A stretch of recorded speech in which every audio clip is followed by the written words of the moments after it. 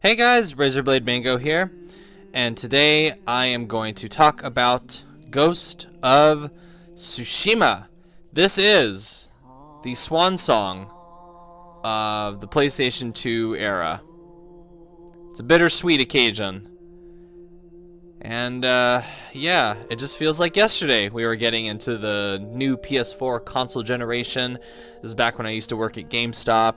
We were getting slammed with people wanting to buy it. I was getting calls every day about, oh, do you have the PS4 in stock? Do you have the PS4 in stock?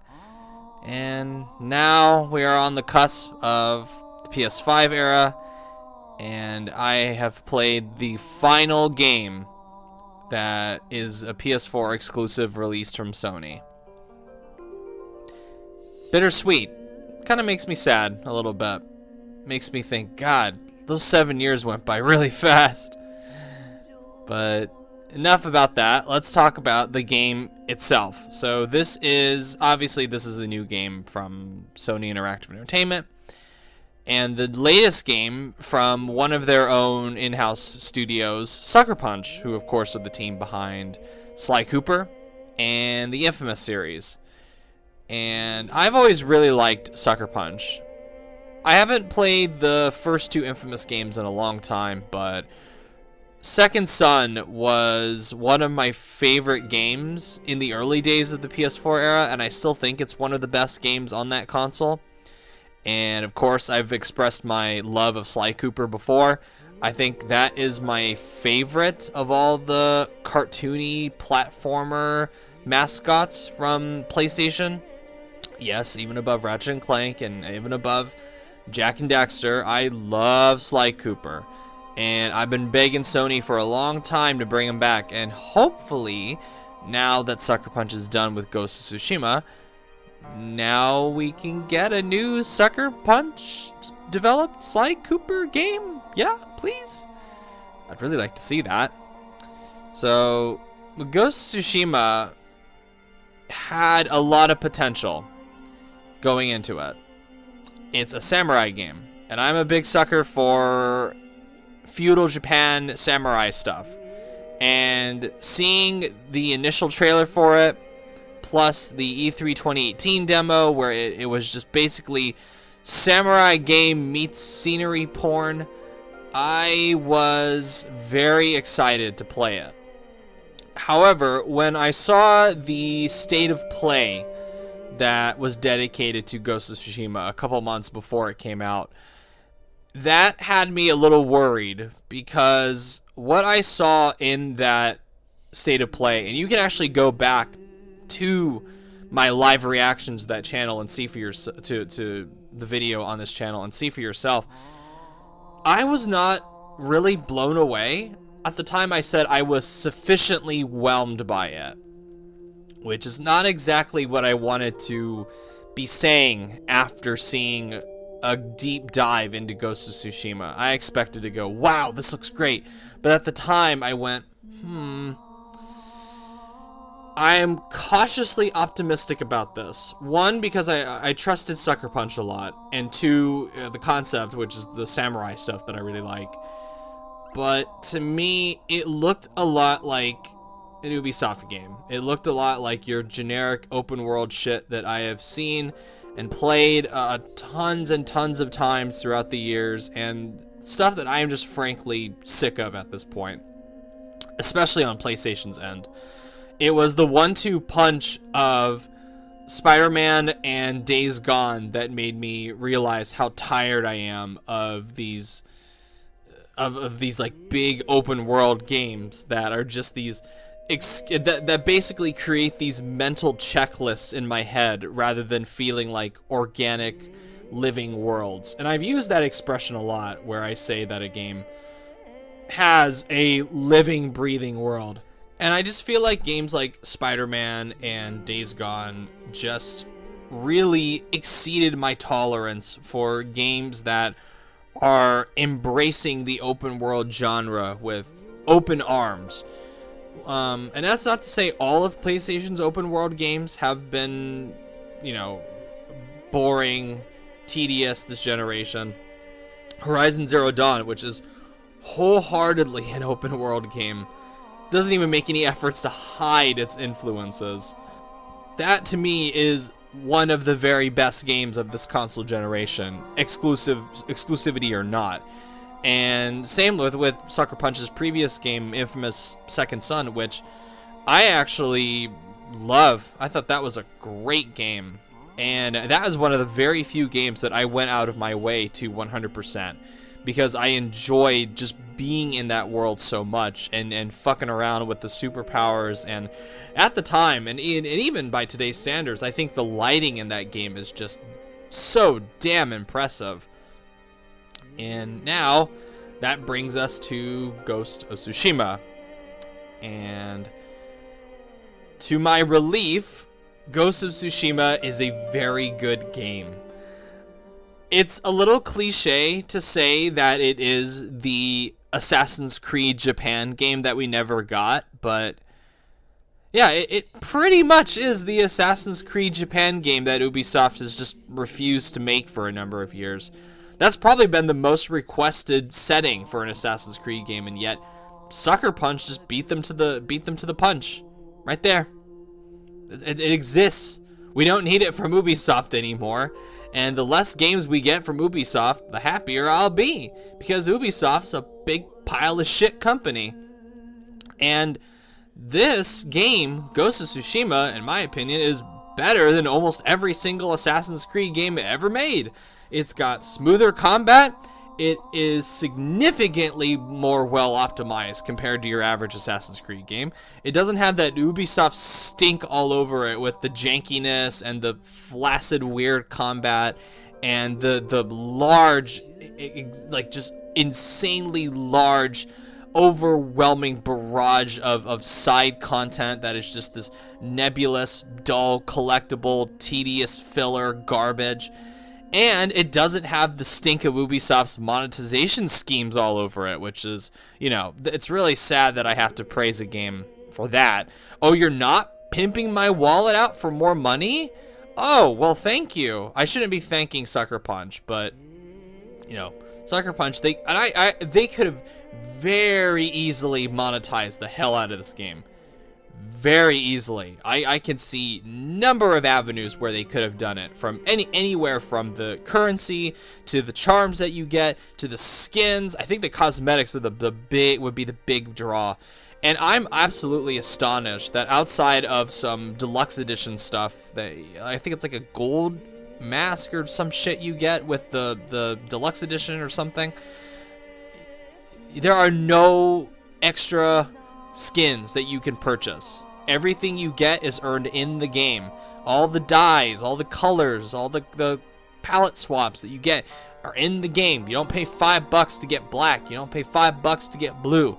It is all in the game, and it doesn't have any XP boosters or extra skins for your horse or extra skins for your bows and your arrows, and it's just, it doesn't. It just, this to me, examples like Ghost of Tsushima show why I am absolutely sick to death of live services and why this game puts all live services to shame. Let's just say that. Let's call the video this: Ghost of Tsushima puts Ubisoft games to shame. That is what I will title this video. So, aside from the lack of aggressive monetization, which is a big plus in my opinion, it's just a really fun game in general. The sword combat is a lot deeper than I expected it to be. When I saw it, I expected it to just be the usual hack and slash stuff that I've seen from games like Assassin's Creed, and it's not.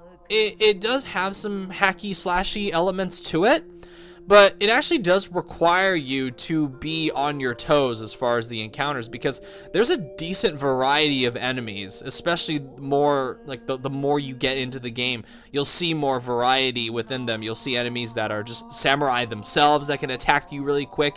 You'll see enemies with these poisonous arrows that will hit you that you kind of have to heal immediately, that will just grade your health if you don't. You got enemies with spears, you got enemies with swords, you got enemies with all kinds of bows and arrows. You got enemies with like these cannons that fling these fireballs at you, and it's just a surprising amount of variety.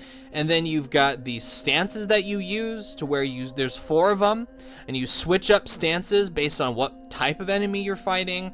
There's the bow and arrow that I've talked about. There's 2 kinds of bows that each have their own types of arrow variety, like flaming arrow, explosive arrow. You've got a bamboo stick that you use to shoot poisonous darts at enemies, along with hallucinogenic. It's a surprising amount of variation among the weaponry and the enemies, which just makes for a really fun combat system.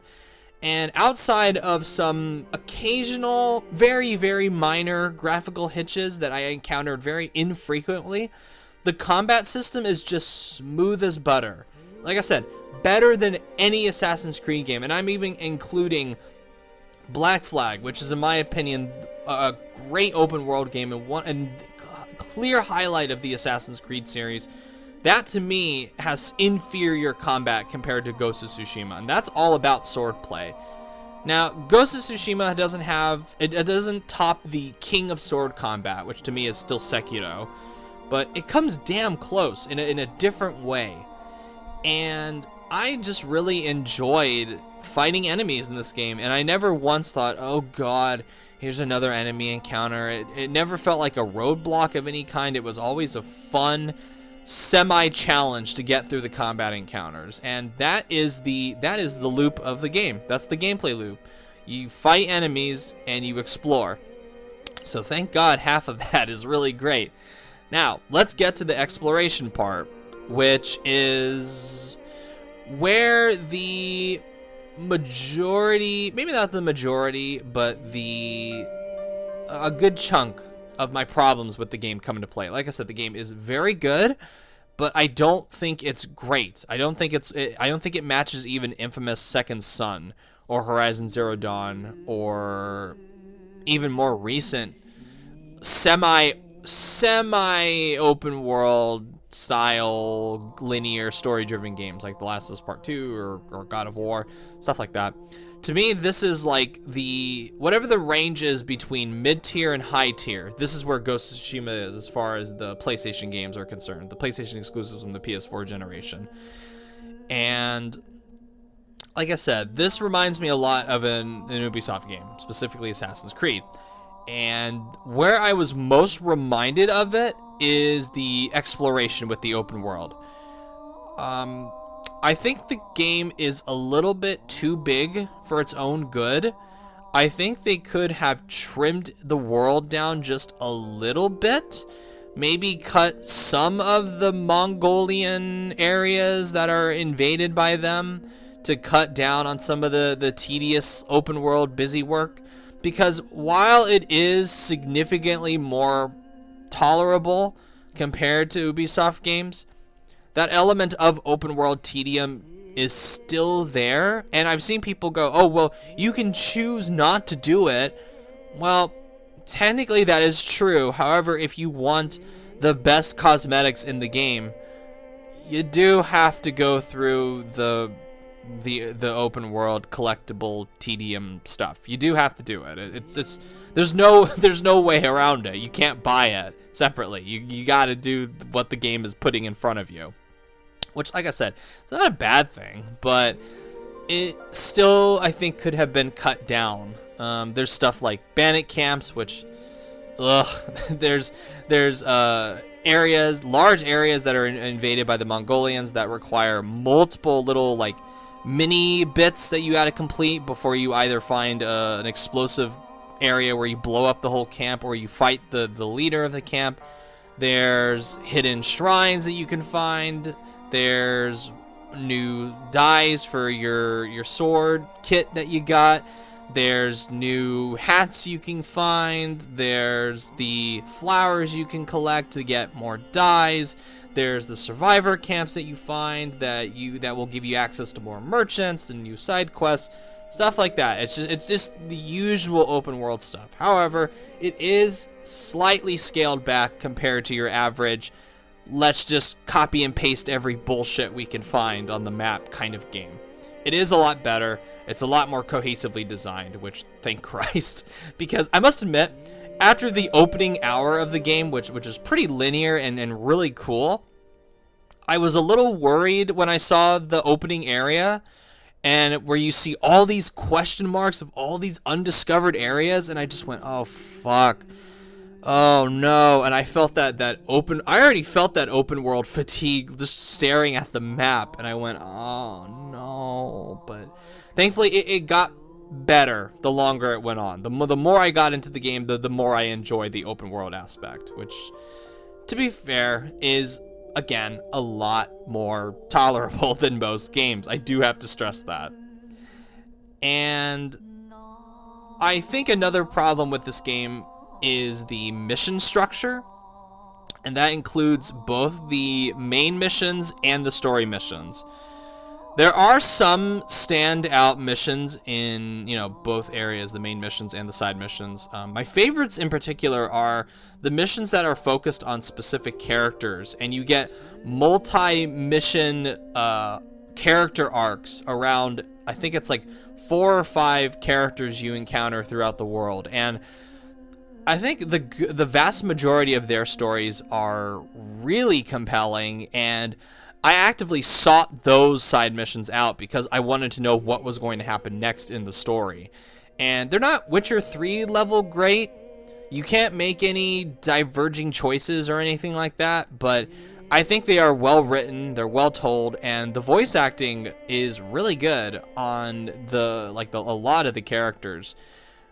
And some of them, though, they can be a tad bland. I'm talking about both the characters and the side missions that you go on. There's a lot of side missions that are basically just, oh no, my father's been kidnapped. Oh no, my daughter's been kidnapped. Oh no, my son's been butchered. Go to this bandit camp and kill these fucks. That's basically what the majority of the side missions are.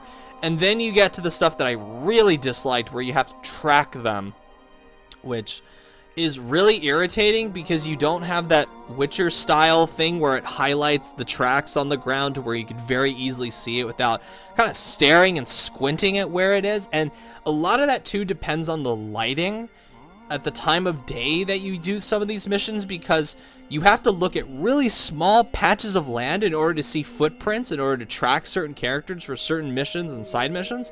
And if you're at like nighttime, or if you're in a bad area where there's bad lighting, you're fucked. You're gonna have a hard time. Maybe not a hard time, but you're gonna have a kind of slightly pain in the ass time just squinting at the TV. Maybe if you have better eyesight than I do, because my eyesight is pretty shit, but if you're able to find it a lot better than I am, then you'll definitely have a much better time with these side missions than I did. But for me, my eyesight sucks even with my glasses on, so I kind of had to squint in certain areas and be like, do this trial and error thing where I would just find out where the footprints are. So I didn't like those missions all that much. So mission structure, again, in the side missions and the main missions, a lot of it just boils down to, hi, I'm a person, go here, kill this thing, track this thing, and you're done. There's nothing that really stands out aside from the big climactic set piece moments in the main missions and the more extensively focused characters in the side missions, which those are the best things. Now, I've been saving the best aspect of Ghost of Tsushima for last, because I wanted to end this video on a very positive note.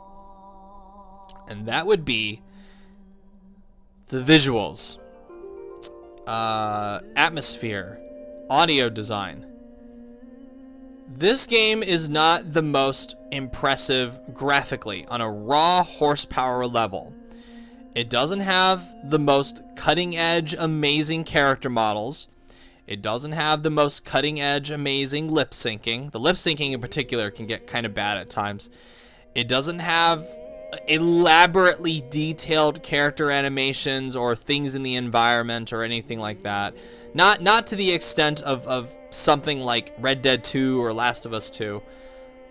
But on a pure art direction level, this game is an A+.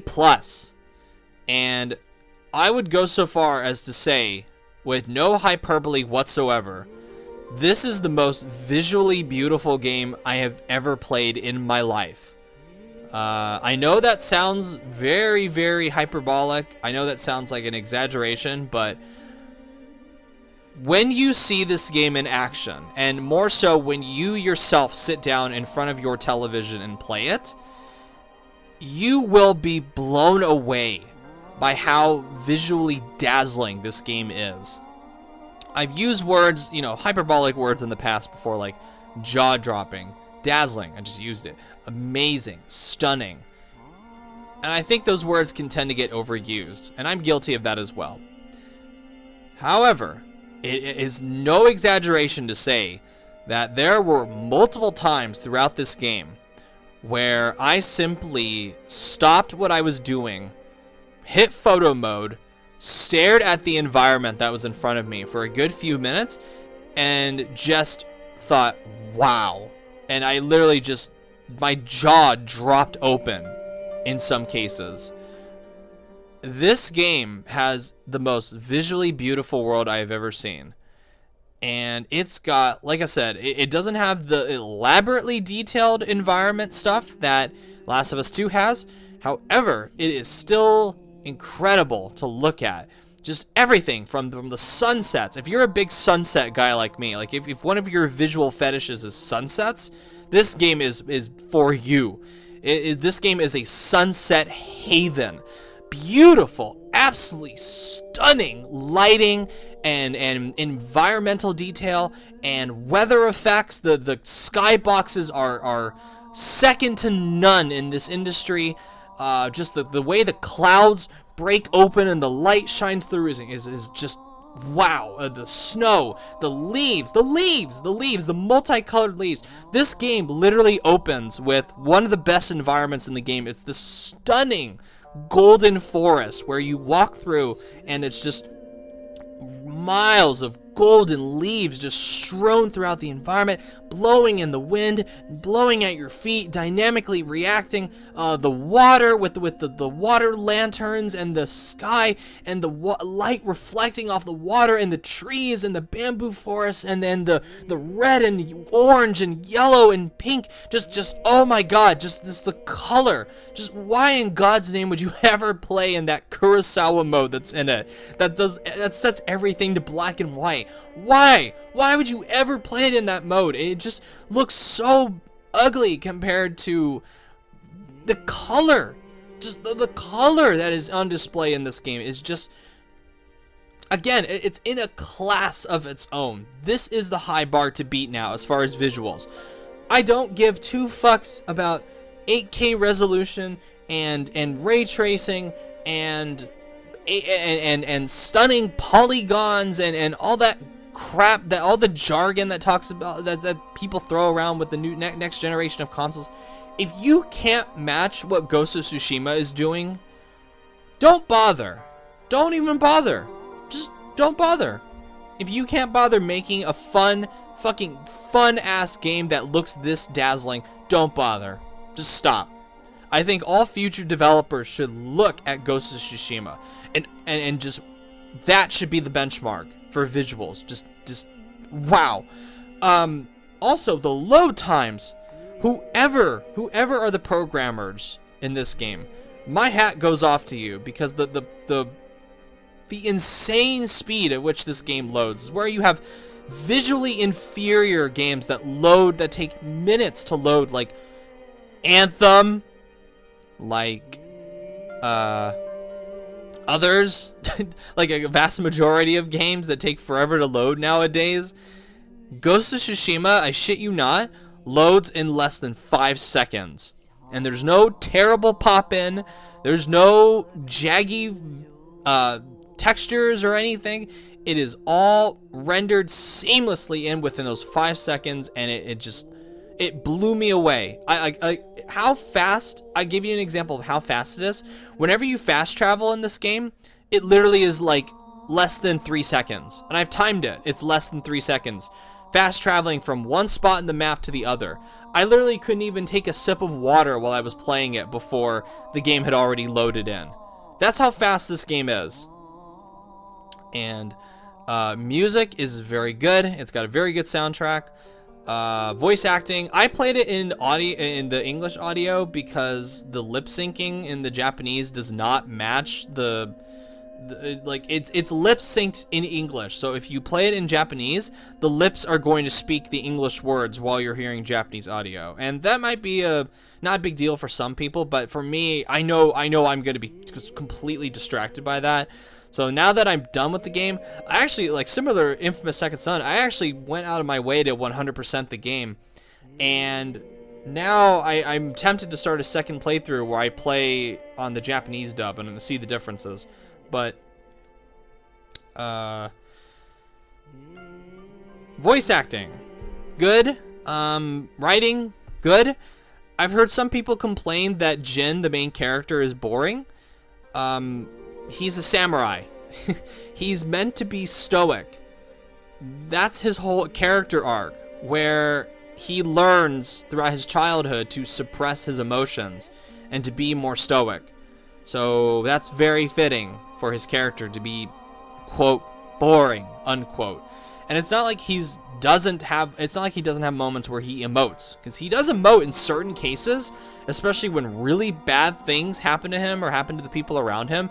He does have moments where the stoicism breaks, and he's allowed a moment of like grief and anguish and sadness, and it's really good. But yeah, Ghost of Tsushima. This is it. This is the final PS4 exclusive. And last year I thought PlayStation really shit the bed as far as their exclusives go, because I thought Days Gone was crap. I thought Medieval was terrible. And the only PS4 game that I think was worth a shit that came directly from them was Concrete Genie. And that flopped. No one bought it. Well, that's hyperbolic. Some people bought it, but not enough to where I think it should have been a success, because that was a charming little game. And it got buried in favor of wet hot garbage like Medieval and Days Gone. But 2020, the final year of the PS4, Sony came out swinging as far as I'm concerned. You know, people have their opinions about The Last of Us 2. I loved it. That was great. It's my favorite game of the year so far. And Ghost of Tsushima is also a really high quality exclusive. Not quite on the level of Last of Us 2, but it comes close. And it's a very good game, and I think Sony have just ended their generation, the streak of their really impressive generation, on a very high collection of notes. And yeah, would I recommend Ghost of Tsushima? Abso-fucking-lutely. If you have a big 4K TV, if you're able to do HDR, if you're able to get, hell, if you're even able to get like 8K resolution, this game is a must play. If you're a big visuals person, you have to go out and buy Ghost of Tsushima. Hell, even if you don't have a PS4, they're cheap now. Go out and buy a PS4 Slim. Go out and buy a PS4 Pro. Whatever you gotta do, play it. It looks amazing. Plays great. It's really fun. And I think they lived up to the potential of it being an open world samurai game. So, on this video with, here, you can't see it, but right now I'm sticking 2 middle fingers up to Ubisoft.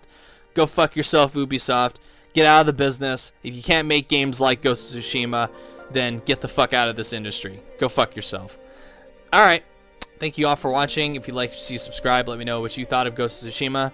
And as always, I am Razorblade Mango. Thank you so much for watching. And thank you, PlayStation, for an incredible run of exclusives this generation. And I highly doubt they got some big shoes. The PS5 has got some big shoes to fill as far as I'm concerned. So, yeah. Have a good one, everyone.